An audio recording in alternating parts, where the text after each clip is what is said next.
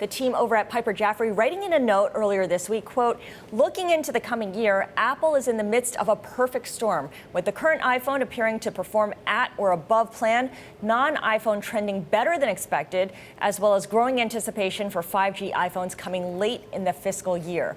Mike Olson, Piper Jaffray's senior research analyst, has an overweight rating on Apple and a $305 price target. He joins us now on the phone. Mike, tell us why you believe the next iPhone, which will be the 5G iPhone, has the potential to be a game changer here. Yeah, so all signs do continue to point to several models of a 5G iPhone shipping in the fall of next year. And that's, obviously still nearly a year away, but tracking interest in a 5G phone is important because anticipation around this cycle is already well underway and getting built into the investor narrative around Apple stock. So we did our third survey of U.S. iPhone owners where we asked them if they would buy a $1,200 5G iPhone if it were available the next time that they upgraded. And we found that 23% of iPhone owners would upgrade to such a device. We think this is a positive early indication, given we expect this percentage will only go up as we get closer to launch and marketing for 5G starts to intensify. Now, when it comes to the Apple iPhone 11, it seems like for a while demand was better than expected and sales were pretty solid, and it helped lead the stock higher, and it's now trading at a record high. How much of that may have cannibalized future sales of an upgraded iPhone?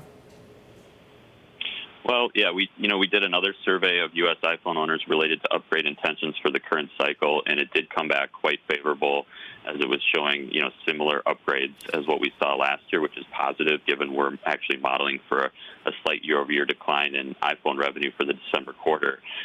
So we do think that that's a good sign for this current cycle. However, we do think 5G will be a significant cycle. And if you look at the last major iPhone cycle, which was the iPhone 6 Plus, so that was late in 2014, that device resulted in 52% iPhone revenue growth in the following year, 2015. And for reference, we're only modeling for like a 1% iPhone growth in calendar 21. So there's certainly a precedent there for that to be higher. Okay, so you're a lot more conservative this cycle, this time around. Our question here is the price point, the average selling price of this 5G iPhone. How high can Apple go before turning off its customers? Yeah, so I mentioned in our survey, we talked about a $1,200 price point. We think that's kind of splitting the difference between a low-end 5G iPhone, which will be around $1,000, up to the high-end, which will probably be somewhere in the range of $1,400 to $1,500. And we think that that's reasonable, given we've already seen the price points kind of in that range.